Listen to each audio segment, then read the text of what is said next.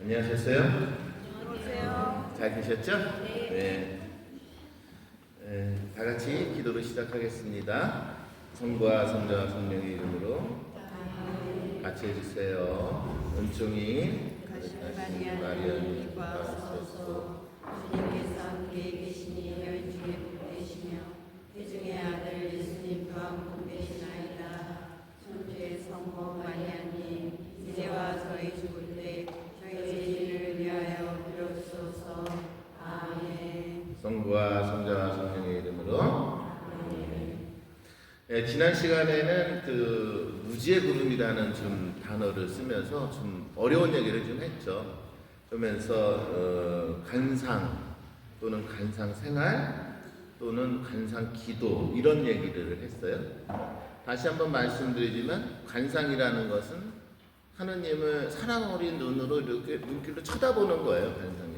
간상이라는 거. 근데 이렇게 하느님을 사랑 어린 눈길로 이렇게 쳐다보면은 하느님으로부터 어떤 오는 지식이 생겨요. 그쵸? 그거는 일종의 이제 참 진리. 네? 그래서 이제, 히브리어로는 그노시스라고 표현을 하는데, 그걸 참 지식이라고 표현을 하고, 그래서 하느님을 늘 이렇게 사랑 어린 눈길로 이렇게 쳐다보는 삶을 사는 것을 관상생활. 무슨 생활? 관상생활. 여러분들이 잘 아는 거죠. 그쵸? 예. 오늘도 미사 전에 이렇게 십자가 얘기를 하면서 예수님의 삶을 이렇게 묵상하면서 같이 느끼고 이런 것들이 이제 일종의 십자가의 길이긴 하지만은 그것이 일종의 관상하는 그런 모습이죠. 근데 이렇게 관상 생활을 하다 보면은 이제 하느님에 대한 더 많은 것을 알고 싶고 또 그분과 같은 삶을 살고 싶고 이러죠.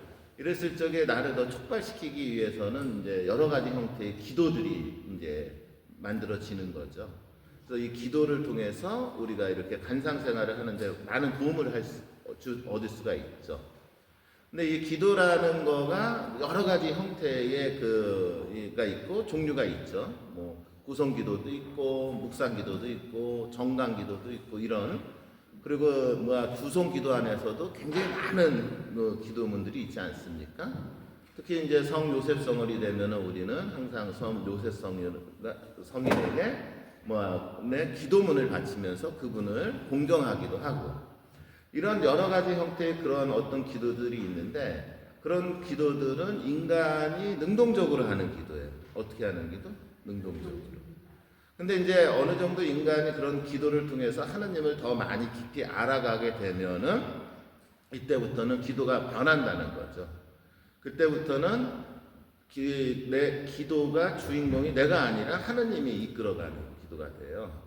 그래서 나는 가만히 있는 것 같은데, 멈춰 있는 것 같은데 늘 하느님이 나의 생각을 또는 나의 느낌을 여러 가지 나의 내면 안의 움직임들을 이끌어가는 형태의 기도가 시작되는데 이것이 일종의 무슨 기도? 간상기도 이렇게 되는 거죠. 이렇게 하나님을 이끄신다라는 얘기는 다른 말로 얘기하면 어떤 거예요? 내가 하나님 이끄심에 나를 맡긴다는 뜻이죠. 이렇게 맡기게 되면은 이제 점점 하나님하고의 친밀감이 더 커지게 되고 그러다 보면은 이제 일치기도의 상태에 들어간다. 일치기도라는 것은 어떤 기도문을 한다는 뜻은 아니고 내 영혼이 하느님하고 굉장히 밀착된 상태에 있는 상태다. 이런 얘기들을 하면서 그런데 문제는 그런 상태로 가는 것이 쉽지가 않다. 그렇죠? 왜냐하면 하느님은 우리가 알 수 있는 분이 알 수 없는 분, 알 수 없는 분이기 때문에 하느님한테 가면 갈수록 우리는 지성으로 알 것 같고 또 느낌으로 알 것 같지만은 알 수 있다 없다? 없다 이거죠. 근데 그 알 수 없지만은 그 알 수 없음을 통해서 우리가 하나님을 더 깊이 알아가는 것이 다라는 얘기를 좀 어렵게 했던 거예요. 그렇죠? 그러면서 이제 오늘은 이제 그러한 어떤 관상의 전통 안에서 기도 신학을 완성하신 분이 한 분 계신 거예요. 그리스도교 영성 전통 안에서. 그래서 그분은 누구냐면 아빌라의 성녀 데레사. 그러니까 일반적으로 기도 신학을 완성했다라고 하니까는 우리는 신학자인가 이렇게 생각하는데 사실은 신학자들의 역할도 매우 중요하지만 모든 신학은 사실은 어떤 이론이라기보다는 어떤 하느님에 대한 체험이고 그 체험을 자신의 삶에서 살아왔던 분들을 토양으로 두고 있어요. 그렇기 때문에 교회에서는 아빌라 성녀 데레사를 기도신학의 가장 위대한 완성자다 이렇게 평가하고 있고, 그래서 이제 오늘 강의하고 다음 강의는 일단은 오늘 강의는 아빌라 성녀 데레사가 어떠한 삶을 살았는지, 그런 삶 속에서 기도라는 문제에서 어떠한 고민을 했고 그분이 어떻게 기도 생활을 했는지 이런 걸 좀 살펴보는 시간이고, 다음 시간에는 이분이 쓰신 책을 통해서 도대체 기도라는 것 또는 관상 생활이라는 것이 어떤 측면이 있는지 여러분들한테 안내하는 시간이다 이렇게 생각하시면 되는 거죠. 아빌라 성녀 데레사에 대해서 좀 알고 싶으면은 여러분들 그 유명한 책을 읽으시면 돼요. 천주 자비의 글이라는 책을 있어요. 그래서 오늘 강의는 주로 천주 자비의 글이라는 그 책을 좀 바탕으로 하는 강의다 이렇게 생각하시면 돼요. 아버지 알폰소하고 엄마 베아트리스의 셋째 아이로 1515년 아빌라 근처에 모데나라는 작은 마을에서 태어납니다. 그래서 우리는 흔히 이분을 아빌라의 성녀 데레사라고 부릅니다. 그녀는 자신의 자서전에 해당되는 천주 자비의 글을 쓰는데 이것이 무슨 글이냐라고 하면은 이렇게 시작해요. 나의 기도 방법과 주님이 나에게 베푼 은총에 대해서 쓰라는 분부를 받았습니다. 이렇게 돼요. 근데 일반적으로 천주 자비의 글은 이분의 자서전이지만 사실은 이 책은 자서전이라기보다는 여기 나와 있듯이 나의 무슨 방법과 기도 방법과 이렇게 되는 거예요. 더 중요한 건 주님이 나에게 베푼 은총에 대해서 이렇게 돼요. 그러니까 이 글은 자서전이라기보다는 자신이 삶에서 내가 어떻게 기도했는지, 그리고 기도 중에 하느님이 나에게 어떤 은총을 베풀었는지에 대해서 쓰라는 지시를 받았다 이렇게 돼요. 그래서 이거를 쓰라 그러는데 여러분들 다 알다시피 아빌라 성녀 데레사는 신학교육을 받은 분이 아니에요. 아빌라 성녀 데레사는 학력이 고졸이에요. 어디라고요? 고졸. 근데 어디 고등학교를 나왔냐면은 실업계 고등학교를 나왔어요. 무슨 고등학교? 실업계 고등학교. 그러니까 우리가 생각하기에는 이분께서 굉장히 위대한 신학적인 지식이 있는 거라고 생각할 수 있지만 이분은 신학적으로 어떤 체계적인 교육을 받은 분은 아니에요. 아셨죠? 그런데도 불구하고 이분이 쓴 글이 오늘날 현대 신학자들이 또 교회 안에서 보기에는 기도라는 거에 대해서 가장 완벽하게 설명하는 글이다 이렇게 표현을 하고 있는 것이죠. 그래서 제가 늘 말씀드리지만 이론적으로 정돈돼 있고 왠지 믿을만하다라고 해서 그것이 곧 진리다라고 보기는 어려운 부분들이 있어요. 아시죠? 자, 그러면서 이 부분은 이 책이 뭘 쓰는지에 대해서 알려주시죠. 그러면서 기도 방법과 그 기도 안에서 하느님이 주신 은총에 대해서 쓰는데 중간중간 자신의 삶에 대해서도 써요. 뭐에 대해서도? 자신의 삶에 대해서도 써요. 주로 1장에서 9장, 23장에서 24장, 32장에서 33장이 중심적으로 그분의 삶에 대해서 쓰는 부분이죠. 그렇기 때문에 우리는 이 책을 통해서 기도에 대해서도 알 수 있지만은 그분의 삶에 대해서도 알 수가 있게 되죠. 근데 아까도 말씀드렸지만 이분은 신학교육을 받은 분이 아니다 그랬죠. 그런데 위에서 장상이 쓰라 그러는 거예요. 그러니까 글을 쓰는 훈련이 잘 안 된 분인 거예요. 그러니까는 이게 굉장히 고통스러운 과정이었다라고 합니다. 어떻게 써야 되지? 이렇게 되는 거죠. 제가 이제 요즘 하상신학원에서 강의하는데 저는 하상신학원에서 강의할 때 숙제를 꼭 줘요. 숙제를. 그래서 보통 한 6권의 책을 읽고 한 학기 동안에 그걸 북리뷰를 쓰게 하거든요. 그러면은 이제 첫 번째 제 강의를 듣고 거기 와서 수업을 듣는 분들이 다 놀래갖고 뒤로 다 빠지죠. 왜냐하면 책을 읽는 것까지는 알겠는데 그 읽은 것을 북리뷰를 쓰라고 하면은 이거 어떻게 써야 되는지 너무 놀라운 거예요. 그래갖고서는 다들 힘들어 하시죠. 그래서 제가 악동 같아요, 아주. 그랬는데 나중에 수업이 다 끝나고 나면은 제가 평가가 되게 좋아요. 왜냐하면은 이 양반들이 평소에 읽지 않았던 책들을 직접 읽고 거기서 얻은 것들이 굉장히 많기 때문에 그렇거든요. 예, 쓸데없는 얘기인데 그만큼 이 글을 쓴다라는 게 굉장히 어려워요. 그렇게 되니까 이 양반이 이걸 어떻게 써야 되지? 어떻게 써야 되지? 이렇게 고민을 하는 과정이 있죠. 하지만은 이 양반은 자신이 쓸 수 있는 만큼 이것을 쓰기 시작을 합니다. 근데 쓰다 보니까는 어떻게 돼요? 정돈된 글이 아니라 일상의 생활에서 말하는 구어체가 돼요. 무슨 체가 돼? 구어체. 그리고 쓰다 보면은 이렇게 돼요. 논리정연한 게 아니라 A를 얘기하다가 갑자기 C로 넘어가고 C를 얘기하다가 D로 넘어가고 이런 식으로 써요. 무슨 얘기인지 아시죠? 그러다 보니까는 대부분의 사람들이 이거 굉장히 중요한 책이다 라고 알면서도 읽다 보면은 혼동이 생겨요. 보통 책을 읽는 사람들은 어떤 걸 기대하냐면 이게 뭔가 잘 정돈된 글을 기대하거든요. 근데 이 글을 읽다 보면은 했던 얘기가 A 여기서 나왔다가 저 뒤에 나왔다가 이런 식으로 징감더리 형식으로 나오다 보니까 많은 분들이 이 책을 읽기로 도전을 했다가 읽다가 중간에 끝까지 가요? 포기해요? 포기하고 또 인내를 갖고 끝까지 읽었지만은 무슨 얘기지? 뭐 이렇게 되는 책이기도 하는 거예요. 아셨죠? 그런데 여러분들한테 그것을 한번 도전해보라고 한번 권유해 보고 싶습니다.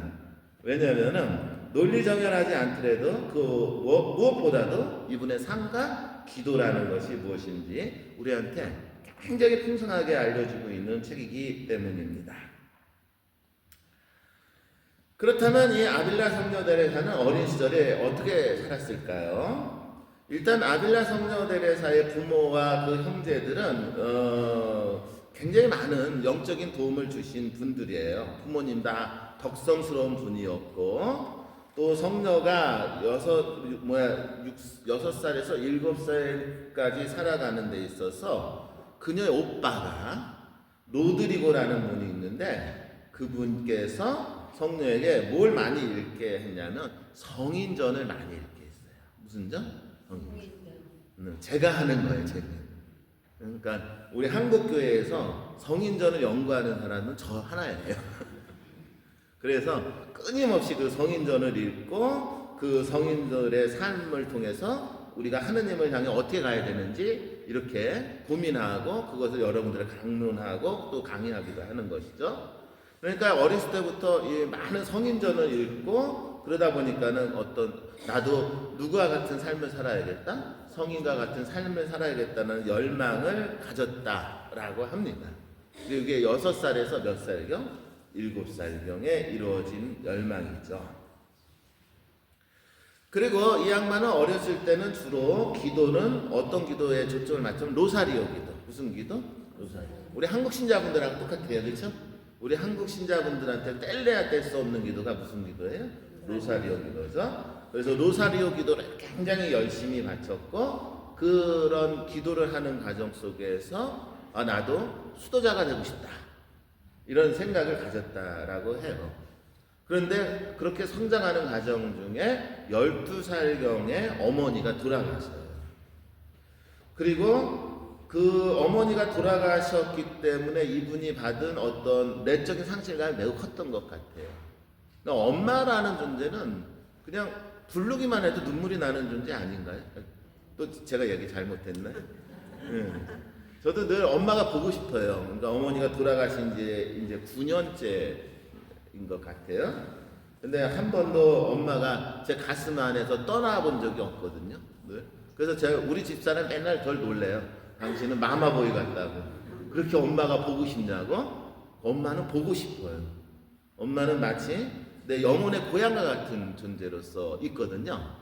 그렇기 때문에 늘 엄마가 보고 싶은 마음이 지금도 있으니 어린 시절에 엄마를 잃은 이 아빌라 성녀 데레사에게 온 상실감은 뭐 이루 말할 수가 없는 것이죠. 그래서 여러분들 나이 아무리 드셔도요 빨리 죽을 생각하지 마세요. 아셨죠? 자식은요 부모님이 병치레를 해도 옆에 있기를 원합니다. 그게 이 자식의 마음이죠. 아닌가 보군요. 예. 그만큼 여러분들이 소중한 거예요. 여하튼 그렇게 한 상태에서 이제 상실감에 젖어 있었는데 그 상실감의 위안이 됐던 분이 누구였을까요? 성모님이었던 것이죠. 아셨죠? 그래서 이 상실감을 늘 성모님하고 함께하는 기도, 로사리오 기도를 통해서 어느 정도 극복해 나가고 있었다. 이렇게 생각하시면 돼요. 그런데 이 양반이 성장하는 과정에서 늘 어려움을 겪은 것이 하나가 있어요. 이게 무슨 뭐냐면은 이 양반이 스페인 분이거든요. 근데 이 스페인이라는 나라는 그 당시에 여러 민족이 있었어요. 굉장히 큰 나라잖아요. 그러니까는 그 당시에 이 여러 그 민족들이 있으니까 이 민족들을 통일을 하기 위해서 가톨릭이라는 종교를 끌어들인 나라예요. 그랬는데 문제는 그 많은 그 민족들 중에서도 어떤 민족들이 거기에 진출해서 살아왔냐면 유다인들이 스페인에 와서 진출하고 살았어요. 근데 유다인들은 그냥 단순히 유다인들이 아니라 가톨릭하고 좀 다른 종교잖아요. 유다교잖아요. 그쵸? 이렇게 되니까는 이 나라의 입장에서는 이 국가를 통일하기 위해서 가톨릭을 국교로 인정을 했는데 유다교가 있으니까는 통일이 안 된다. 이렇게 봤고 그래서 유다인들을 스페인이라는 나라에서 쫓아내는 정책을 하고 있었어요. 그래서 유다인들을 되게 싫어했어요. 스페인이라는 나라에서. 그런데 왜 이런 얘기를 할까요? 아빌라의 성녀 데레사의 할아버지가 유다인이었어요. 누구였다고요? 네. 그러니까는 아빌라 성녀 데레사는 어떤 집안이냐면 유다인과 스페인의 혈통이 섞인 무슨 예요? 혼혈 집안이었던 거예요. 아셨죠? 그렇기 때문에 아빌라 성녀 데레사는 사실상으로는 늘 스페인이라는 나라에 살아가면서 자신이 유다인의 혈통을 받았기 때문에 늘 사람들로 하여금 좋은 시선, 나쁜 시선, 나쁜 시선을 받는 어려움 속에 살았던 분이에요. 아셨죠? 근데 이게 굉장히 중요해요. 이게 왜 중요하냐면 이 양반은 늘 유다인의 혈통을 지녔다라는 시선 속에서 살았기 때문에 늘 유다인들은 어떻게 스페인에 살 수 있어요? 쫓겨나야 돼요? 쫓겨나야 된다라는 그런 생각이 있었고 그런 사회적 분위기였기 때문에 늘 위기의식을 갖고 살았던 분이다라는 거예요. 이분이 평생 그렇게 삽니다. 그래서 이분이 글을 쓸 적에는 눈치를 봐요. 뭘 본다고? 눈치를 봐요. 이거 혹시라도 내가 글을 잘못 쓰면은 어떻게 될까요? 여기서 쫓겨날 수 있다라고 생각을 해서 그분의 글을 쓰면은 보면은 했던 얘기를 또 하고 했던 얘기를 또 해요. 왜요? 오해를 받으면 돼요? 안 돼요? 안 되기 때문에. 그런 어떤 심리적인 상태 속에서 이 양반이 성장하고 자라게 됩니다. 이 양반이 이런 얘기를 해요. 나는 주께서 나에게 베푸신 자연적 은혜를 지각하기 시작했습니다. 그 은혜란 숱한 것이 없답니다. 그러나 나는 그것에 대해서 주님께 감사하기는커녕 이제부터 이야기하려는 것처럼 그 한 가지 한 가지를 오직 주님께 등을 돌리는데 쓰기 시작했습니다. 이런 얘기를 해요. 그러니까 무슨 얘기예요? 그렇게 성장한 아이가 어느 순간서부터 어떻게 해요? 삐뚤어졌다 이거예요. 뭐 했다고요? 삐뚤어지기 시작했다. 이런 얘기를 하는 것이죠. 그러니까 여러분들 아무리 위대한 성인도 다 이런 과정이 있어요. 아셨죠? 자, 그러면 이 양반은 어떤 면에서 삐뚤어졌을까요? 첫 번째, 이 양반은요, 무협소설을 좋아했답니다. 이해했죠? 예, 무협소설. 무협소설 뭔지 아시죠? 그래갖고 이제 요즘 말로 하면 환타지 소설이에요. 그쵸? 그래서 이 양반은 신앙심도 있었지만 또 개인적으로 성향이 무협소설 같은 걸 읽고 이렇게 판타지적인 생각을 늘 꿈꾸던 그런 분이었어요. 두 번째로 이 양반이 몸치장하는 걸 무척 좋아했다. 그래서 남의 눈에 아름답게 보이는 것을 매우 소중하게 여겼던 분인 거예요. 아셨죠? 예. 그래서 세상에 헛된 허영적인 일에 관심이 많았다라고 고백을 합니다. 그러면서 이 양반이 뭐라고 하냐면 자신 스스로를 내가 이렇게 들여다보면 이 선한 것보다는 선하지 않은 것이 너무 많다라고 이 고백을 합니다. 한마디로 자기를 경박한 소녀다라고 표현을 할 정도입니다. 즉 데레사는 자신이 어린 시절 열심히 기도도 하고 신앙심을 갖고 생활을 했지만은 굉장히 세속적이고 그리고 외적인 허영심에 들떠 있었던 삶을 살았다라는 것을 이야기합니다. 하나님께 대한 외경심을 온통 이룬 후 나에게는 명예를 잃지 않을까 하는 두려움만 남았는데 이런 두려움은 매사에 있어서 나를 괴롭혔습니다. 그러면서도 내 행실이 사람들에게 알려지지 않을 것이라는 생각에서 내 명예에도 하느님께도 크게 거슬리는 많은 짓을 대담하게 저질렀습니다. 이게 무슨 얘기예요? 굉장히 많이 허영심에 들떠 살고 하느님이 원하시는 삶을 살지 않았습니다. 라는 고백이죠. 또 데레사 성녀는 자신이 흥미있어하는 대화에서 오는 유쾌함을 좋아했고 이는 단순히 유쾌함이 아니라 죄를 지을 수 있는 기회를 가져왔으며 주변의 인물들을 많이 험담했다고 고백을 합니다. 처음 들으세요? 그러니까 제가 쓴 글 아니에요. 어디에 나오는 거라고요?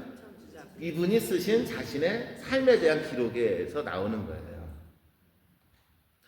그런데 이 양반이 그러한 죄스러운 삶을 살았던 나를 하느님께서는 지켜보셨습니다. 어떻게 했습니까? 지켜보셨습니다. 돌봐 주셨습니다라고 기록이 되어 있어요. 여기가 이제 신앙생활에서 아주 키포인트인 거죠. 그죠? 그러니까 신앙생활이라는 거가 선하고 착한 사람들이만이 하는 게 아닌 거예요. 누구나 우리는 다 죄스러움을 갖고 살아요. 그렇죠? 그런데 그 죄스러움 속에서도 신앙생활을 할 수 있는 이유는 뭘까요? 하느님은 죄스러운 그 영혼을 돌보십니다. 이해하셨죠? 그죠? 이게 이제 하느님의 사랑이고 하느님의 섭리이고 우리의 영적인 삶에서 반드시 필요한 깨우침인 거예요. 늘 저는 강의를 갈 때마다 하느님 제가 무엇인데 저 같은 놈을 거기에 보내십니까? 이렇게 하느님이 웃으세요. 너가 뭔데? 너는 아무것도 아니야. 하지만 나는 너를 통해서 하고 싶은 일이 있어. 이렇게 하시는 거예요. 그러니까 뭔가 완벽해서 훌륭해서가 아니라 나는 부족하고 늘 허약하고 세속적이지만 하느님은 나 같은 존재를 통해서 뭔가를 하신다라는 것이죠. 이러한 깨우침과 비슷하게 아빌라 성녀 데레사가 이것을 어린 시절에 깨닫게 됩니다. 하지만 수도원에 가고 싶은 열망이 있었죠. 그래서 그 열망대로 이 양반이 수도원을 찾아가죠.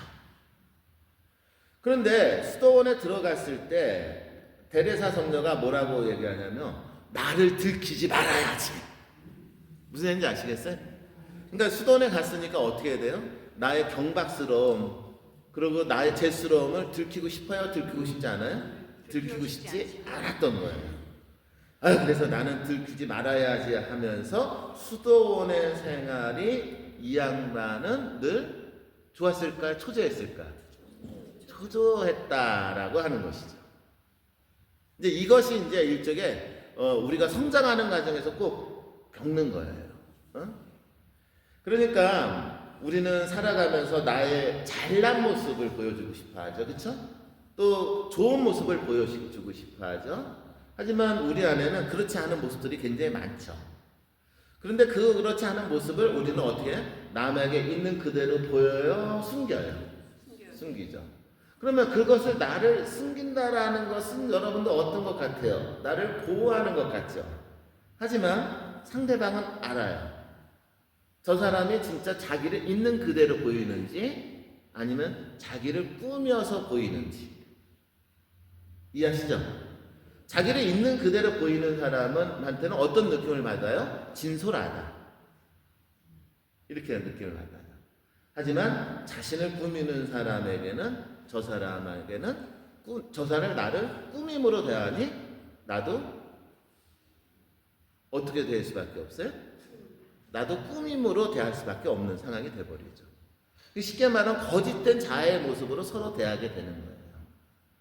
그래서 정말로 중요한 건 뭐냐면 나를 있는 그대로 드러나는 거가 굉장히 중요해요. 저는 어떤 것 같아요, 여러분들한테? 몰라요? 이상한데? 그동안 제 강의를 들어봤다면은 아마 아실 텐데, 그쵸? 저는 여러분들한테 어떤 강의를 가도 저를 있는 그대로 드러나는 표현이에요. 왜냐면 제가 있는 그대로 드러내지 않고서는 그 사람들의 마음을 움직일 수 없다라는 걸 알고 있어요. 잘났다 못났다가 아니라 저를 있는 그대로 드러내요. 근데 이것들이 굉장히 매우 중요한 거예요. 그리고 그런 가정 속에서 수도원에서 살기 시작했죠. 자, 그러니까 수도원에서의 삶은 어땠을까요? 좋았을까요? 불편했을까요? 불편했어요. 불편했겠죠. 하지만 행복한 측면도 있었다라고 합니다. 그래도 수도원에 와서 살아가는 사람들은 다 어떤 열망을 갖고 살았어요? 거룩한 열망을 갖고 살죠. 그러니까는 나는 비록 거짓된 모습으로 살아가지만 나와 같이 살아가는 이들 중에는 있는 그대로의 모습으로 거룩한 열망으로 살아가는 이들이 있었기 때문에 굉장히 많은 은총을 받은 시기다라고 고백을 합니다. 그런데 이 데레사 안에는 뭐가 있어요? 자기를 그대로 드러내어 숨기는 모습이 있어요? 숨기는 모습이 있었죠. 그래서 이 양반은 수도원 생활에서 이런 얘기를 합니다. 나는 내 영혼의 유익보다 내 감정과 허영심을 만족시키는 쪽을 더 중요하게 여기고 있었던 것입니다. 결국 이 양반한테 초기의 수도 생활은 행복하지 않았죠. 행복하지 않은 곳에서 살아가다 보면 무슨 일이 벌어질 것 같으세요? 병이 생깁니다. 이해하시죠? 네? 그래서 이제 많은 사람들이 수도원에 지망을 해서 수도원에 가요. 근데 수도원에 갈 때까지는 건강했던 애가 수도원에 가서 몇 년 살다 보면 병이 들려서 오는 케이스들이 있어요. 네? 그런 경우가 많아요. 왜 그런지 아세요? 지금 데레사 성녀 같은 케이스인 거예요. 그러니까 그 안에서의 삶은 외적으로는 경건해요. 뭐라고요? 외적으로는 경건하지만 내적으로는 자신을 숨기기 때문에 갈등이 생기고 충돌이 생기니까 견뎌요? 견디지 못해요? 견디지 못하는 겁니다. 그죠? 이렇게 되니까는 데레사 성녀가 병이 들고 수도원에서 생활을 하지 못하게 되죠. 그러면 수도원에서는 어떻게 해요? 너 집에 가서 병치레하고 와라 이렇게 되는 거예요. 아셨죠? 그래서 데레사 성녀가 병이 들어서 시름시름하고 수도 생활도 하지 못하게 되니까는 병에 걸려서 아버지가 살아계시는 집으로 돌아오게 됩니다. 그곳에서 살아가면서 아버지의 사랑 속에서 어느 정도 회복을 하게 되죠.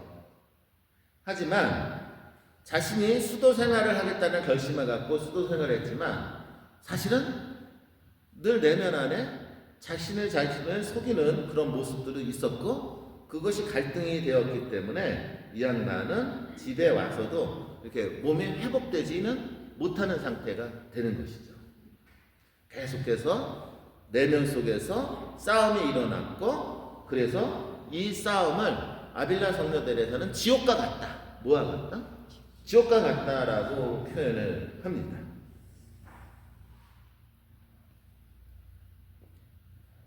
어떻게 됐을까요?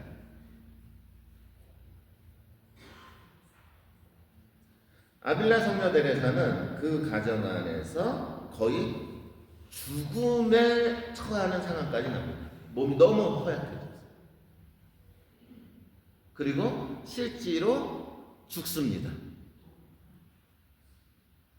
어떻게 죽는 상태냐면 이게 숨이 끊어진 상태가 지속됩니다. 그래서 사람들이 아빌라 성녀들에서가 죽었다라고 생각을 하게 돼요.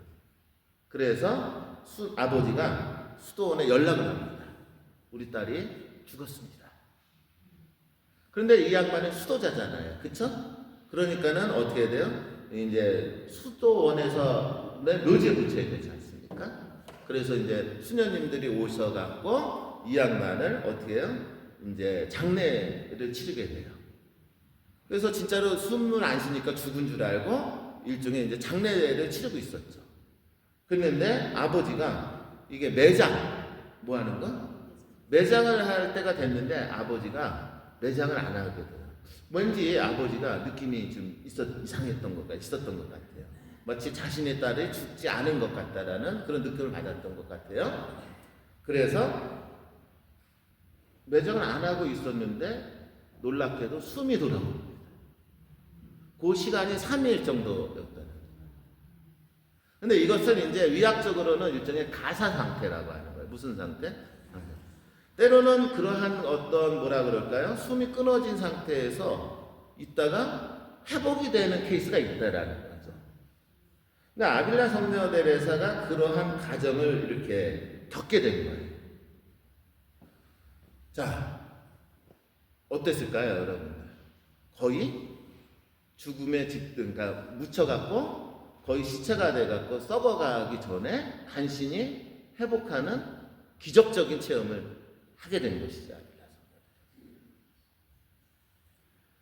그리고 나서 아빌라 성녀들에서는 어떻게 됐을까요?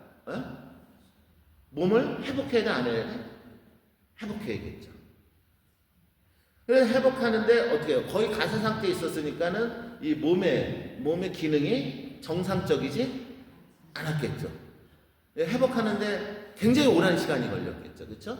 그러니까 거의 숨만 쉬면서 거의 아버지의 병치레를 받으면서 그러면서 누워서 생활을 하게 되는 거예요. 그때 성찰이 일어나는 거예요. 내가 지나온 삶에 대한 성찰이죠. 그렇죠? 그래서 이제 제일 중요한 게 그거잖아요. 누구나 어떤 죽음의 순간을 겪은 사람들은 이상하게 변해요. 그 다음에 삶이 변해요. 왜요?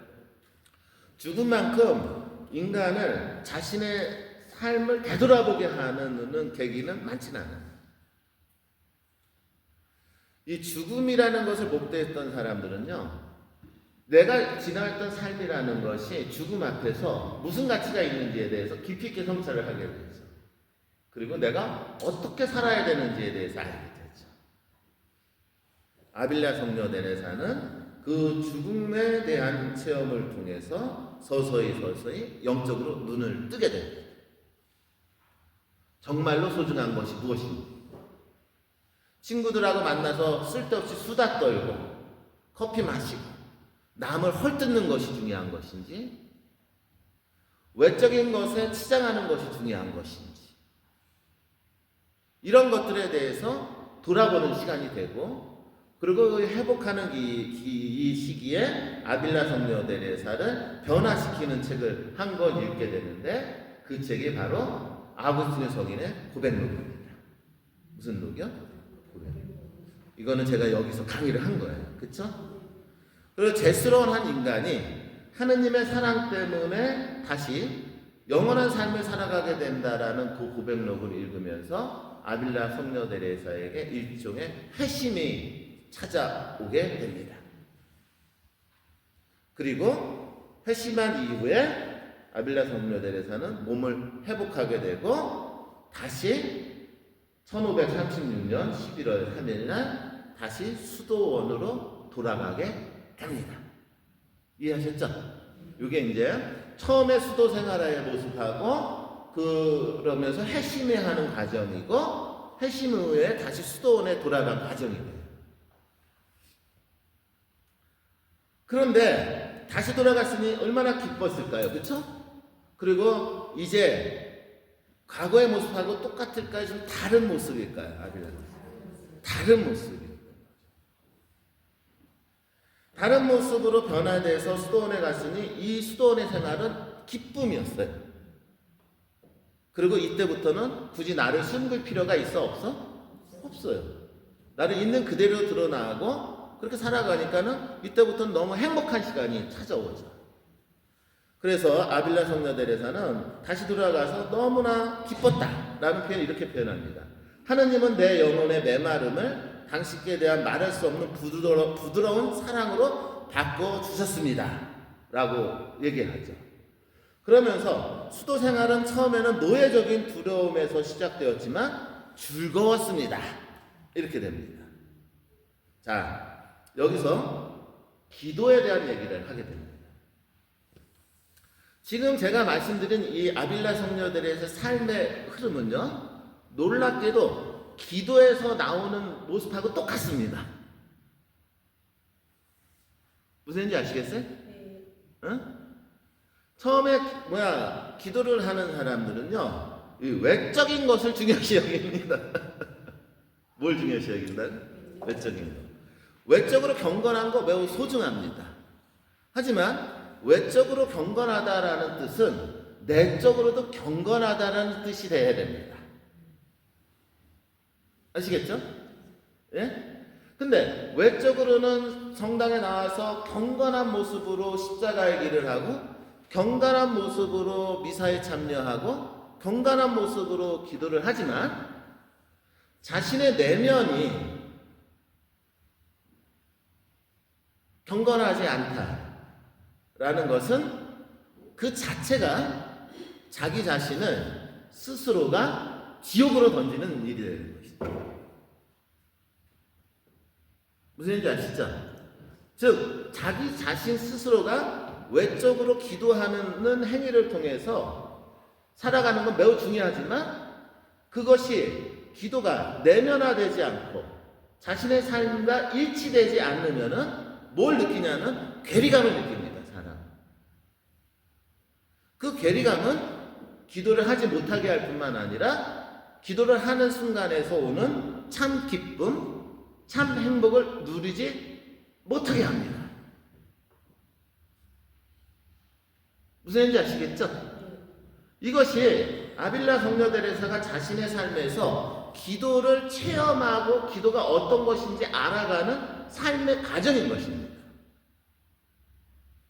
그리고 아까도 말씀드렸지만 아빌라 성녀대레사는 어땠어요? 다른 사람 앞에 자신을 드러냈어요? 숨겼어요? 네, 자신을 숨긴다라는 것은 곧 누구를 숨기는 건지 아십니까? 하나님을 숨기는 것이죠. 다른 사람 앞에서 자신을 숨기는 사람은 그보다 더한 하나님을 앞에서 자기를 더 많이 숨기게 됩니다. 기도는 뭐라 그랬죠? 하느님하고의 만남이라 그랬죠. 그럼 하느님을 하고 만났을 때 여러분들 어떻게 만나야 돼요? 하느님, 저는 이렇습니다. 이렇게 만나야 돼요? 하느님한테 보여주고 싶은 내 예쁜 모습만 보고 만나야 돼요.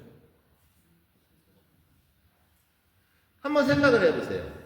만약 하느님이 여러분들하고의 만남, 이 기도라는 시간을 통해서 만나고 있는데 이 아이가 자신의 본래 모습을 보여주지 않고 자신이 보여주고 싶은 모습만 보여주면서 계속 하느님한테 대화를 한다면 하느님은 그 아이의 숨겨진 모습까지 다 아는 분인데 하느님은 그 아이에게 무엇을 느낄까요?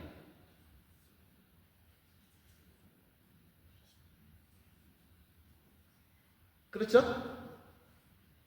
아마 하느님은 너무 속상할 것 같아요. 그렇죠? 그죠? 맞죠? 요거가 기도라는 프로세스에서 나오는 일이 버리는 거예요. 이게. 그러니까 아빌라 성녀들의 삶은 삶이 아니라 그거를 기도라는 가 이루어지는 과정하고 연결을 시키면 기도가 어떤 식으로 이루어지는지를 그대로 보여주는 것이죠. 그래서 기도라는 것은 나를 드러내는 것이다. 나를 있는 그대로 보여주는 것이다. 이렇게 되는 것이죠. 자, 그렇게 해서 수도원에 들어와서 살기 시작했고 기뻤습니다. 그런데요.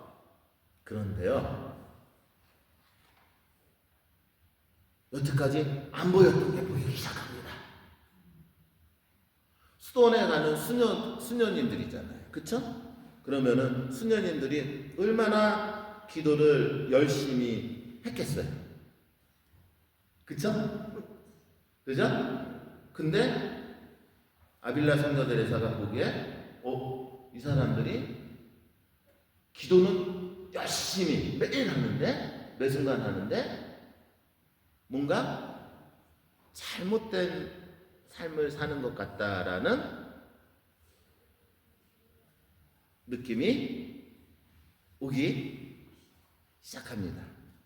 왜 그랬을까요?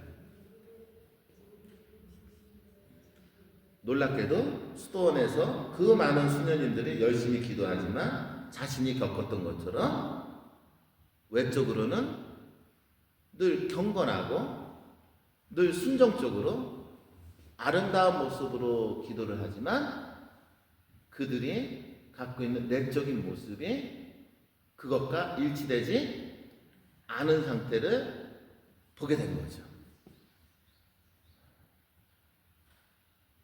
이해하시죠?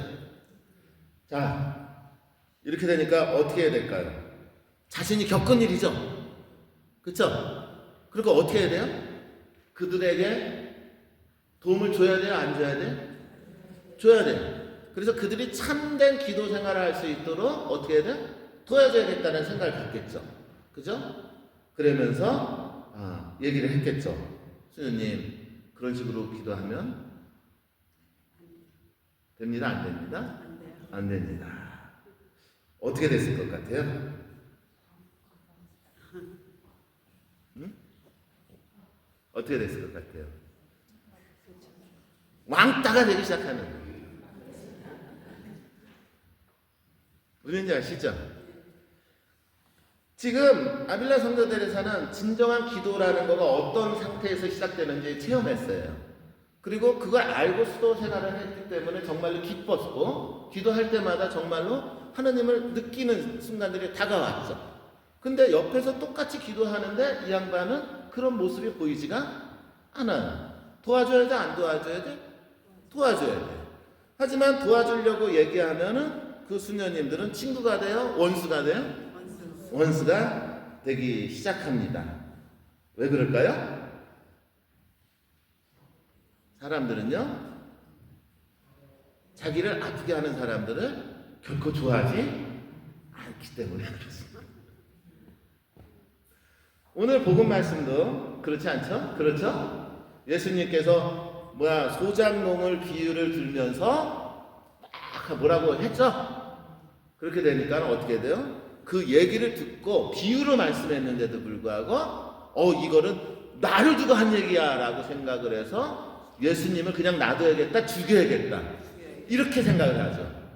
그러면 예수님이 그들에게 그 얘기를 한 이유는 무엇일까요? 비판하려고?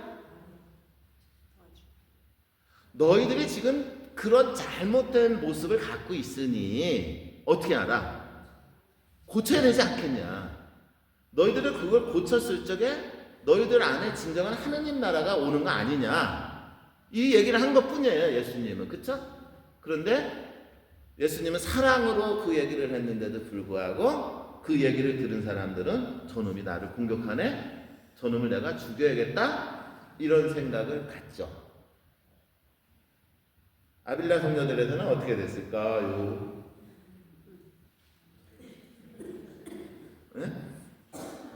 쫓겨납니다. 아시겠어요? 세상이 그런 거예요. 세상이. 그래서 제 강의를 많은 분이 안 들어요. 왜냐하면 저는 가끔가다 여러분들한테 솔직하게 여러분들이 보고 싶지 않은 모습을 보여드릴 때가 있어요. 그건 제가 보여드리는 게 아니라 성인들의 삶에서 또 예수님 말씀에서 보여줄 때가 있는 거거든요. 그 모습을 보면 사람들은 대부분 긍정하기보다는 어떻게 됩니까? 부정하고 거부합니다. 그리고 그걸 보여준 사람을 결코 친근하게 느끼지 않습니다. 어려워하게 되고 그 사람을 내치게 되죠. 아빌라 성녀들에서는 그렇게 해서 내쳐지게 됩니다. 자, 아빌라 성녀들에서는 어떻게 됐을까요? 내쳐진 상태에서. 그렇다면 어떻게 해야 되죠? 지금까지 내가 추구했던 삶을 포기해야 돼요? 아니죠. 내가 추구했던 삶이 참 기도 생활이고 참 수도 생활이니까 어떻게 해요? 수도원 근처에 자그마한 집을 하나 얻어요. 아시죠? 그리고 그곳에서 자기와 같은 기도 생활을 하겠다는 사람들 몇몇이 모여서 그곳에서 어떻게 해요? 수도 생활을 하는 것입니다. 이해하셨죠? 이게 가르멜 수도회가 개혁되는 과정이에요. 가르멜 수도회가 개혁되는 거죠. 그러면 그때 아빌라 성녀들에게 가장 필요했던 내적인 덕이 뭘까요? 인내예요. 뭐라고요? 인내. 왜 그랬을까요? 그렇게 해서 이 양반 이렇게 살면 기존에 수도원에서 같이 살았던 수녀님들이 이 아이를 그냥 놔둘까요? 아니죠. 같이 밥 먹고 살아갈 때는 그냥 거부하고 왕따를 시키면 돼요. 아셨죠? 근데 이 아이가 나가서 뭔가 이렇게 움직임이 있으면은 요거는 이제는 내 식구가 아닌 거예요. 요때부터 적이 돼요, 적. 아셨죠? 아빌라 성녀데레사는 무슨 혈통을 받았다고요? 네. 그 당시에 유다인들은 어떻게 됐다고요? 잘못하면은 그 나라에 살지 못하고 쫓겨나야 되는 상태였어요. 그러니까는 놀랍게도 같이 살았던 수녀님들이 또 이걸 잘하잖아요. 신부님들하고 친근이 있고 또 주교님들하고도 아주 잘 알잖아요. 그쵸? 그러니까는 주교님들을 움직입니다. 그래서 자신들이 잘하는 주교님들을 움직여서 아빌라 성녀데레사를 모함하기 시작하죠.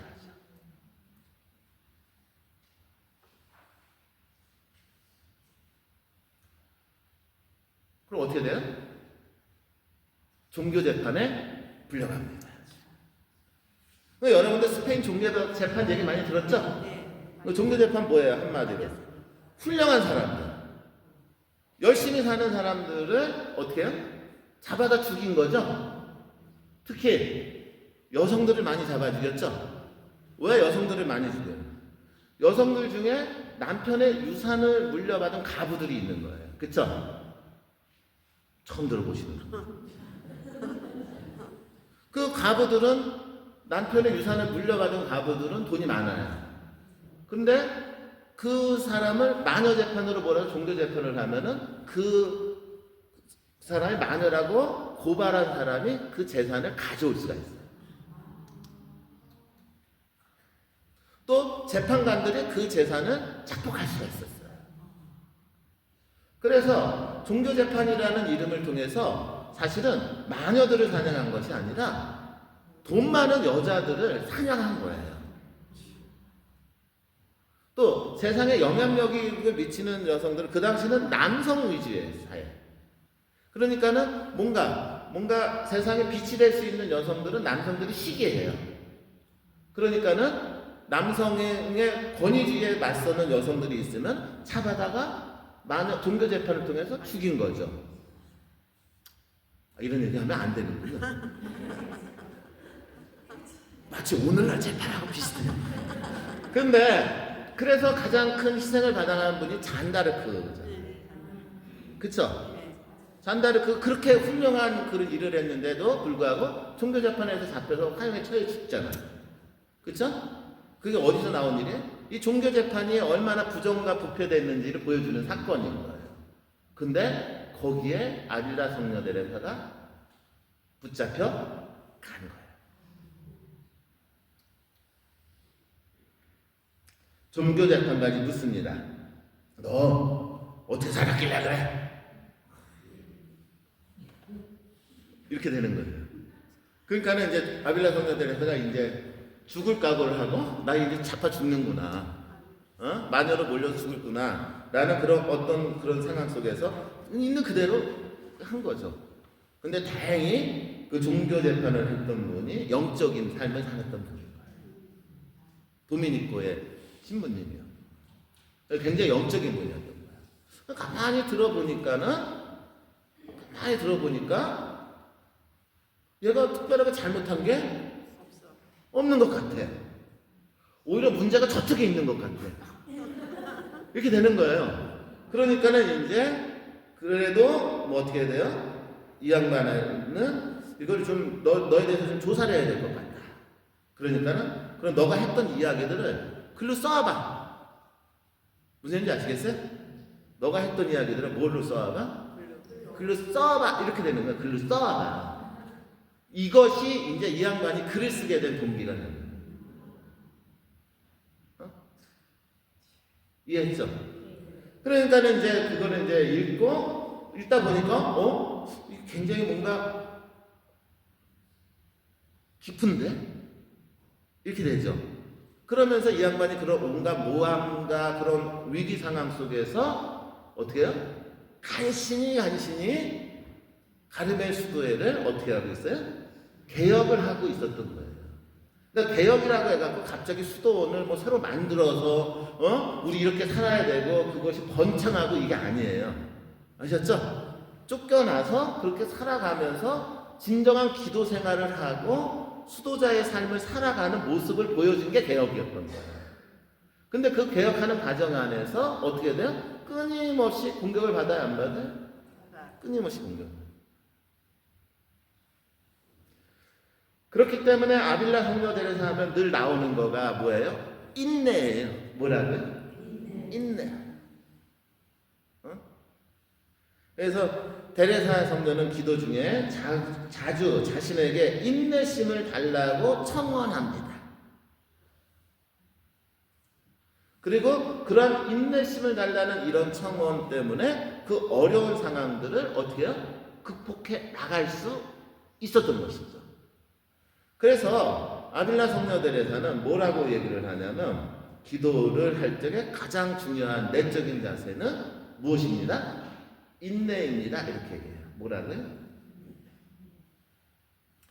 아까도 말씀드렸지만요, 여러분들 기도를 한다라는 건요 하느님을 만나는 체험이에요. 그쵸? 하느님을 만나면 만날수록 뭐가 보인다고요? 나의 죄스러움이 보여요. 이해하셨죠? 쉽게 말하면 나의 죄스러움이 보이기 때문에 하느님을 만나면 만날수록 쉬워요? 어려워요? 어려워요. 힘들어져요. 그래서 사람들이 그 만남이 너무나 힘들고 어려워지기 때문에 그 기도의 길을 잘 안 가요. 아셨죠? 그럼 왜 그렇게 될까요? 그러면 그렇게 기도의 길을 안 가는 사람들은 어떻게 할까요? 그 길을 가야 되는 걸 알면서도 기도 시간에 딴짓을 해요. 왜냐하면 몸에 신앙인 생활이 배웠기 때문에 기도는 해야 되는 걸 아니까. 그쵸? 이해하시죠? 자, 하나님께서 기도 중에 여러분들이 반드시 고쳐야 되는 죄스러운 모습을 보여줘요. 그러면 어떻게 해야 돼요? 그냥 놔둬요? 고쳐야 돼요? 고쳐야죠? 고치려면 어떻게 해야 돼요? 나한테 다가오는 어려움이 적어요? 많아요? 많아요? 그쵸? 그럼 그 어려움 속에서 이것을 고쳐나가는 것은 쉬워요? 어려워요? 너무 어려워지죠? 점점 힘들어지죠? 그렇게 되니까 어떻게 돼요? 이때 필요한 것이 뭐예요? 인내죠. 그죠? 근데 그걸 인내하는 그런 그 훈련이 안 돼 있는 사람들, 그러한 기도의 삶을 살아보지 않은 사람들은 이게 기도할 게 못 되는다라고 무의식에 작용을 해버려요. 그럼 이 사람들이 어떻게 해요? 기도가 이만큼 진전되다가 다시 돌아와요. 그리고 그때부터 구송 기도만 합니다.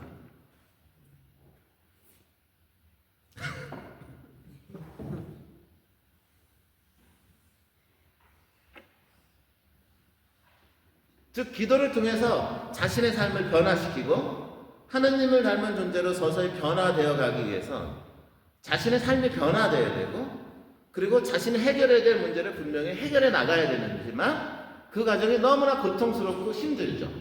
마치 뭘 걷는 것 같은 거야? 구름 속을 걷는 거와 같은 거야. 마치 빛을 향해 나가지만 무엇은 담을 걷는 거와 같아? 어두운 밤을 걷는 것과 같은 상황이 계속되는 거야. 근데 그 상황은 인간에게는 매우 어렵고 힘든 상황인 거야. 매우 어렵고 힘든 상황이기에 그 길을 기도를 가는 과정에서 가장 필요한 것은 뭐야? 인내야. 하지만 사람들은 인내심을 쉽게 잃어버리죠. 그러니 이들의 기도의 여정이 앞으로 나아가 못 가? 못 가. 가다가 돌아와. 가다가 돌아와. 그러면서 이 양반들은 가장 하느님을 만나지 않아도 되는 기도를 하기 시작해.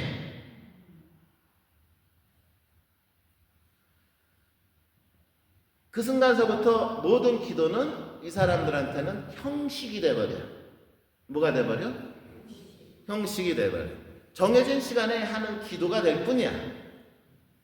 기도를 통해서 하느님이 들리는 소리를 듣고 그것을 내 안에서 그것을 성찰하고 그것을 통해서 내 삶을 변화시키는 작업은 이루어지지 않아.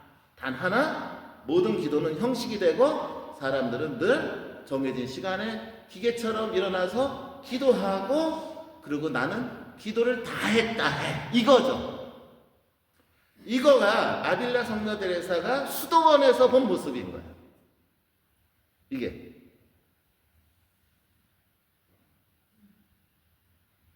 이해하시겠어요? 그쵸? 여러분들은 그렇게 기도 생활 안 하죠?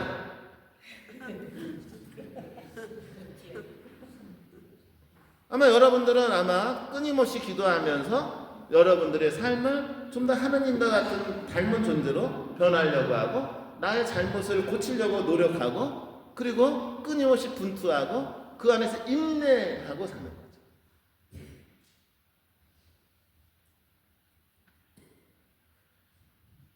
아빌라 성녀 데레사가 이런 얘기합니다. 잊지 마십시오. 하지만 내가 인내하는 것보다 고통이 주님이 얼마나 더 고통스럽게 인내하는지 무슨 얘기인지 아시겠어요? 아까도 얘기했지만 그러한 존재를 하느님은 늘 만납니다. 기도 속에서 여러분들의 기도 속에서 그리고 늘 뭔가 변화되지 않는 상태로서 형식적인 기도에 매달려 있는 사람들을 늘 하나님은 보고 있죠. 그 하나님이 보고 있을 때 그들을 볼 때 그 애틋함 그리고 안타까움 그리고 그들이 변화되지 않아서 그분이 받아야 되는 내적인 아픔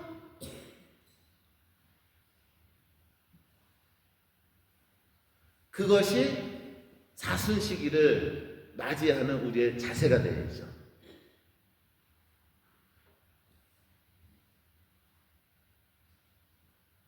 그냥 우리는 사순시기를 지나면서 예수님이 과거에 십자가에 못 박혔고 그래서 죽으셨고 이러한 것을 보는데 과연 예수님의 십자가 사건은 과거의 사건일까요?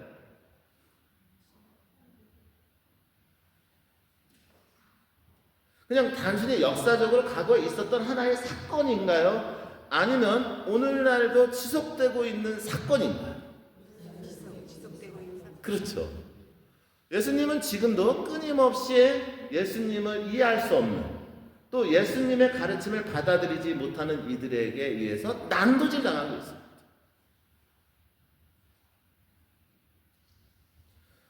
어쩌면 예수님을 가장 가슴 아프게 하는 존재들은 예수님을 직접 못 박은 존재들이라기보다 예수님이 가장 믿었던 이들, 예수님이 직접 가르쳤던 이들, 그들이 예수님의 가르침을 외면한 채 살아가는 모습을 볼 때 더 슬프고 아플 수 있지 않을까? 아빌라 성녀 데레사가 이걸 묵상한 거예요.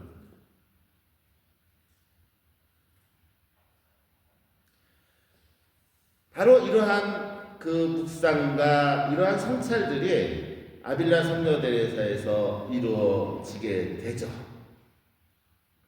그리고 이러한 과정을 통해서 아빌라 성녀 데레사는 서서히 하느님을 닮은 존재로 어떻게 돼요?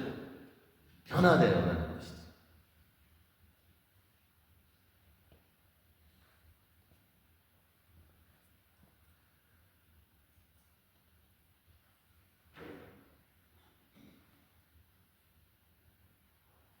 하느님은 욕심쟁이. 아마도 하느님은 이 아빌라 성녀 데레사를 통해서 이 세상에 하실 말씀이 많았던 것 같아요. 그렇게 해서 이 영혼이 변화됐고 진정으로 기도하는 영혼이 되었습니다.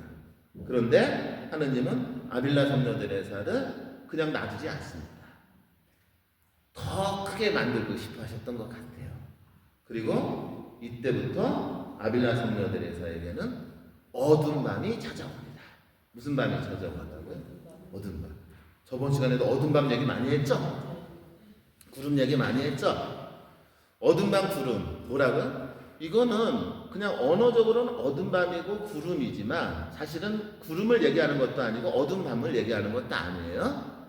이것은 뭘까요? 하느님을 따르는 이들에게 하느님이 주시는 어떤 감문과 같은 거예요. 하지만 그 감문은 매우 고통스럽고 힘들기 때문에 어두운 밤과 같고 구름과 같고 그 길은 앞이 보여요? 앞이 안 보여? 안 보이기 때문에 힘든 길이다. 이런 얘기를 했죠. 하지만 분명한 건 그 길을 통해서 이 영혼이 어떻게 돼요? 가장 하느님 닮은 존재로 정화됩니다. 그리고 정화됨으로써 가장 하느님과 닮은 존재가로 일치된다. 이런 얘기를 했죠. 예, 바로 이때부터 아빌라 성녀 데레사는 어두운 밤이 시작됩니다. 그 영혼이 더 깨끗해지고 더 당신 닮은 존재로 만들기 위한 하느님의 은총이었던 것이죠. 이 정도 되면 영혼이 순수하다라고 볼 수 있죠. 어느 정도? 그런데 그 순수해진 영혼이 기도할 때마다 이런 느낌이 들기 시작합니다. 나는 죄인이다. 뭐라고요? 나는 죄인이다. 죄인이다라는 인식이 굉장히 강하게 되기 시작합니다. 그렇게 순수하게 변화되는 거죠. 나는 내 자신의 지닌 불준성을 느끼게 되었다. 그래서 기도하는 것이 무서워졌다. 자, 뭐 하는 것이 무서워졌다? 기도하는 것이 무서워졌다. 나는 나쁜 수녀 중에서도 제일 나쁜 사람이었기에 기도로서 하느님과 친밀한 관계를 맺는 것보다 대부분의 사람들처럼 의무적인 구송 기도로 만족하는 것이 낫다고 생각하였다. 이제 이것들이 일종의 뭐라 그래요? 어두운 밤의 전조 증상인 거예요. 어두운 밤의 전조 증상.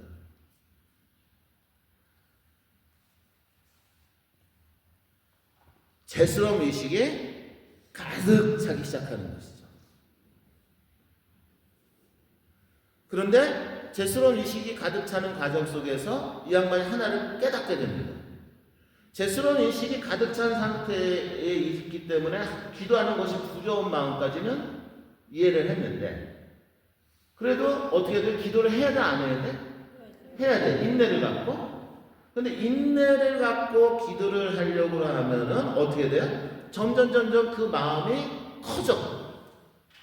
그래서 기도를 해야 될까 말아야 될까? 말아야겠다라는 생각이 계속 다가와. 이렇게 돼요. 그런 와중에 깨닫게 됩니다. 내가 죄스러운 마음 때문에 하느님 앞에 나가기 불편하고 그것이 두려운 마음은 하느님이 이끄시는 마음인 건 맞다. 근데 그런 두려운 마음 때문에 내가 기도를 하지 않게 하는 마음은 하느님이다, 하느님이 아니다? 하느님이 아니다. 이렇게 생각하는 식별이 와요. 뭐가 온다고? 식별. 요게 이제 일종의 식별에서 굉장히 중요한 녀석이거든요. 영역이에요. 그래서 하느님의 이끄심과 악의 이끄심을 식별하는 거가 매우 중요한데 아빌라 성녀들에서 이런 과정을 통해서 이거를 식별하게 되죠. 특히 악은 인간의 자유를 교묘히 이용하여 우리를 하느님으로부터 멀어지게 한다라는 것을 이러한 과정을 통해서 깨닫게 되죠. 그러니까는 내가 죄성이 느껴지고 기도하는 게 두려워. 그래도 기도를 해야 돼, 안 해야 돼? 해야 돼. 이렇게 이끄는 거가 하느님이고 기도를 하지 못하게 이끄는 것이 누구야? 악이다라는 걸 기도의 체험을 통해서 식별을 한 거죠. 그렇게 되니까 죄스러운 마음, 두려운 마음은 작아져 점점 커져? 점점 커져도 그 길을 가야 돼, 안 가야 돼? 가야 돼. 이렇게 되는 거예요. 이해하셨죠? 요게 아빌라 성녀 데레사가 얘기하는 기도의 여정에서 또 하나 중요한 포인트가 됩니다. 그래서 아까부터 계속 말씀드렸지만 여러분들 어두운 밤이라는 건요 진짜 앞이 깜깜한 거예요. 앞이 보이지 않는 거고 그곳을 가다 보면 넘어질 것 같고 두렵고 고통스럽고 힘든 일인 거예요. 그런데 그 힘든 그 길을 끝까지 가도록 이끄시는 분이 있어요. 그분이 누구인 거예요? 그분이 하느님인 거예요. 그리고 그분께 믿고 신뢰하고 인내하면서 그 길을 가는 사람은 기도가 가요. 아셨죠? 근데 악은요 이게 되게 싫어요. 왜냐면 이렇게 되면은 이 영혼이 세상에 엄청난 힘을 발휘하기 시작하거든. 그러니까 어떻게? 세상에 빛을 내는 영혼이 많다라는 건 좋지 않아. 세상은 늘 지저분하고 헛된 거에 둥둥 떠다녀야지. 그래야지 악이 원하는 대로 세상이 돌아가니까. 그러니까 어떻게 해요? 악은 이 영혼이 그렇게 가지 못하도록 잡고 부추겨요. 이해하셨죠? 하지만 그 길은 가야 돼, 안 가야 돼? 가야 돼. 그것이 기도예요.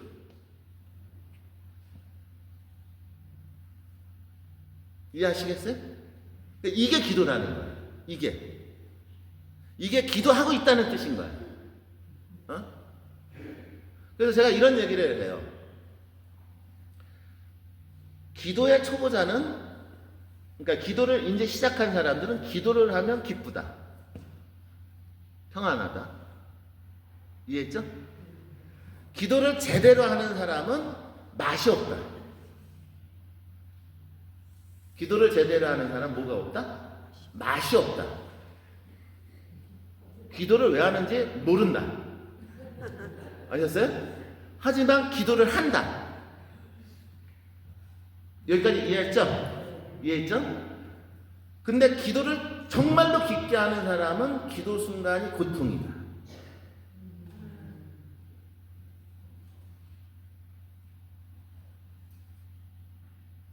왜냐하면 하나님은 어둠 밤을 통해서 이 영혼을 변화시키고 그리고 그 어떤 죄성에서도 그 어떤 유혹에서도 이 세상에 당신의 빛을 비춰줄 도구로 만들고 싶어 하기 때문에 그렇다.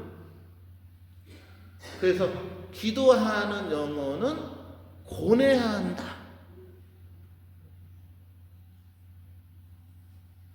그래서 그들은 늘 아프다.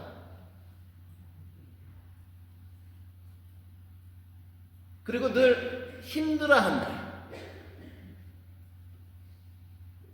예수님이 십자가를 지고 가시다가 몇 번 넘어지시죠?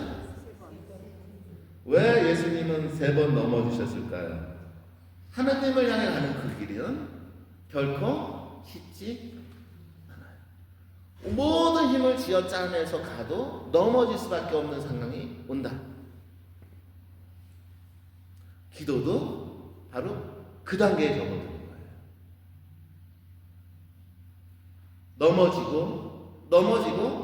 넘어지는 그 어려운 길을 걸어가게 되는 것이죠. 넘어지는 그 어려운 길을 걸어가면 갈수록 어떻게 될까요? 이 영혼은 이때 나오는 얘기가 있는 거죠. 아빌라 성도들에서 하면 맨날 나오는 노래. 아무것도 아니야.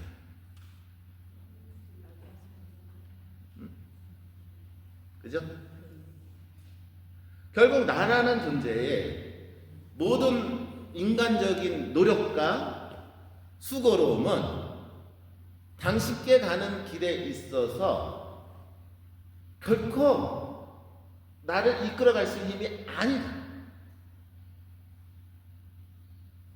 오직 당신의 은총만이 나를 당신에게 이끌어간다라는 상태에 도달하는 거예요. 그 넘어짐을 통해서. 한마디로 온전히 그 모든 것을 다 누구한테 내어 맡기는? 하느님한테 내어 맡기는 상태에 도달하는 것이죠. 그 상태에 도달하는 그 과정은 끊임없는 넘어짐의 과정이고 고통의 과정이 되는 것이죠. 이러한 고통의 과정이 없이 내가 하느님한테 모든 것을 내어 맡기는 상태는 될 수 없습니다. 이것이 기도의 그 다음 상태가 되는 거예요. 이것이 기도예요. 아빌라 성녀 데레사는 자신의 삶에서 이것을 실질적으로 삶에서 경험한 거예요. 이렇게. 가르멜 수도의 계획은 성공했을까요? 실패했을까요?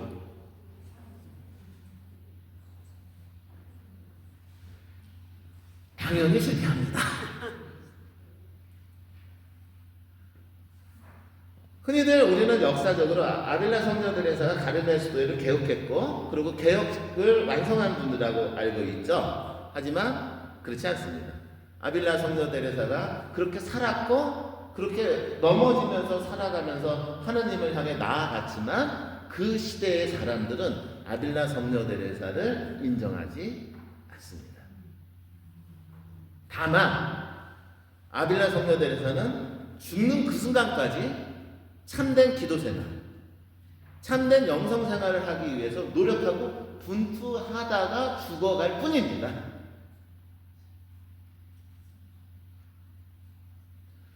아빌라 성녀들에서 살아야 생전에 가르멜 수도회가 개혁이 완성되지 않습니다. 하지만 아주 작은 그 씨앗이 교회에 심어진 거죠. 이해하시죠? 그 씨앗이 심어졌고 그 작은 씨앗이 발아되면서 아빌라 성녀들에서 같이 살겠다는 사람들, 많은 사람들 말고 작은 사람들이, 아주 소수의 사람들이 그 뜻을 이어서 그 정신을 살아냅니다. 이해하시죠? 바로 그들에 의해서 오늘날까지도 가르멜 수도회는 개혁 중인 겁니다. 이해하시겠죠? 흔히들 역사가들은 가르멜 수도회의 개혁이 완성됐다라고 평가하는데 저는 그렇게 보지 않습니다. 가르멜 수도회는 지금도 개혁하고 있는 거예요. 끊임없이. 바로 그러한 소수의 참 기도를 하는 사람들이 명맥을 유지해 가면서, 그리고 어쩌면 우리도 그런 식으로 쇄신되어야 되는 것이죠.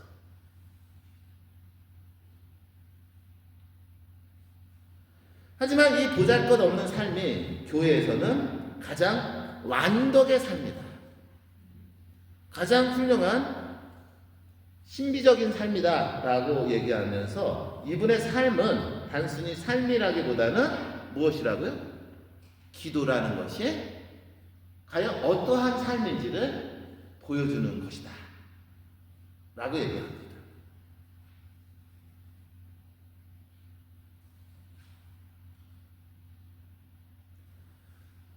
예수님은 이 세상에 오셔서 성공하셨나요? 아니면 실패하셨나요? 예수님은 우리가 보듯이 십자가에 못 박혀 죽음으로 인해서 실패하셨습니다. 예수님의 십자가 사건은 실패 사건입니다. 예수님 진짜 이 세상에 오셔서 이 세상의 사람들을 변화시키고 이 세상의 하느님 나라를 완성하고 싶었던 분입니다.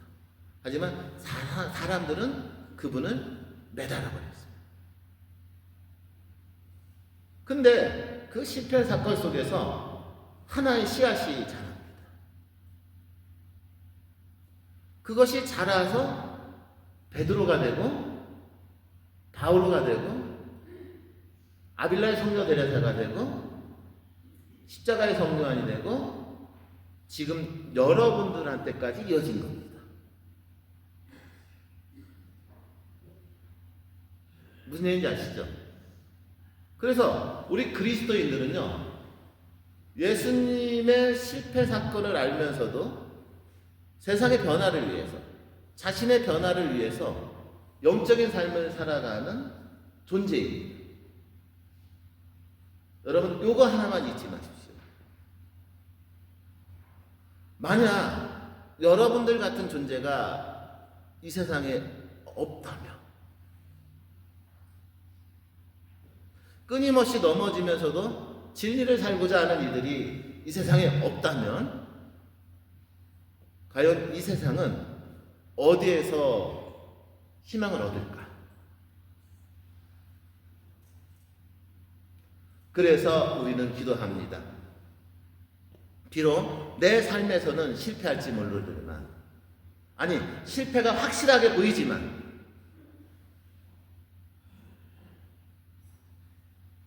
하지만 실패가 아니고 또 다른 씨앗을 심는 일이기에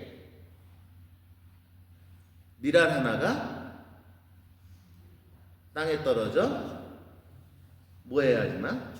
썩어야지만, 죽어야지만 많은 열매를 맺듯이 우리가 실패해서 죽지만 우리의 죽음을 통해서 또 다른 씨앗이 나고 열매를 맺듯이 그것이 부활이죠. 바로 이것이 사순식이고 부활의 의미이고 기도 생활의 의미입니다. 아빌라 성녀 데레사의 삶에 대해서 뭐 자세한 얘기를 많이 할 수 있어요. 그리고 그 내용들은 이미 제가 나눠진 이 프린트, 그러니까 책으로 인쇄가 돼서 나왔더라고요. 그 안에 지금 내가 얘기하지 않은 내용들이 수도 없이 많은 내용들이 담겨져 있어요. 근데 이걸 다 읽다 보면 시간 안에 할 수도 없고 설명도 안 돼요. 그러나 지금 제가 말씀드린 이것을 통해서 제가 나눠진 글을 읽으시면 이게 뭔지 더 들어오실 거고, 왜 기도를 얘기할 때 아빌라 성녀들의 삶을 얘기했는지 더 느끼실 수 있을 거라고 생각을 합니다. 어렵죠? 근데 여러분들, 그리스도인은 바로 그렇게 사는 거예요. 그게 그리스도인이죠. 그리고 그것이 이 세상에서 현실화시키고 죽기 위해서, 내가 세상을 위해서 죽기 위해서 기도하는 겁니다.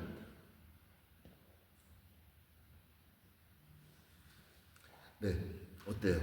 그렇게 가고 싶으세요? 거기까지 안 가고 싶으세요? 안 가고 싶죠? 그렇죠?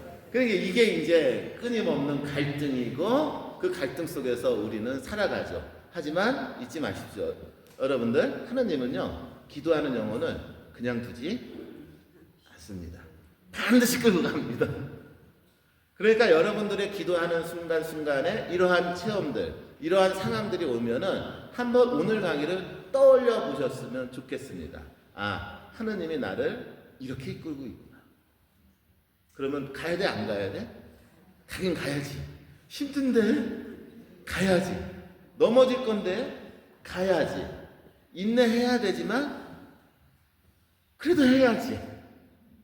이것이 아빌라 성녀 데레사가 삶에서 보여준 기도의 삶입니다.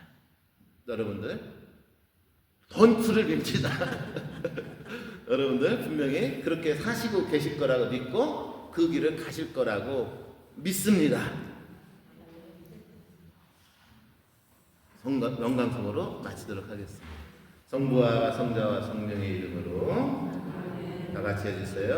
영광이 성부와 성자와 성령께 성부와 같이 성부와 성자와 성령의 이름으로. 네, 감사합니다.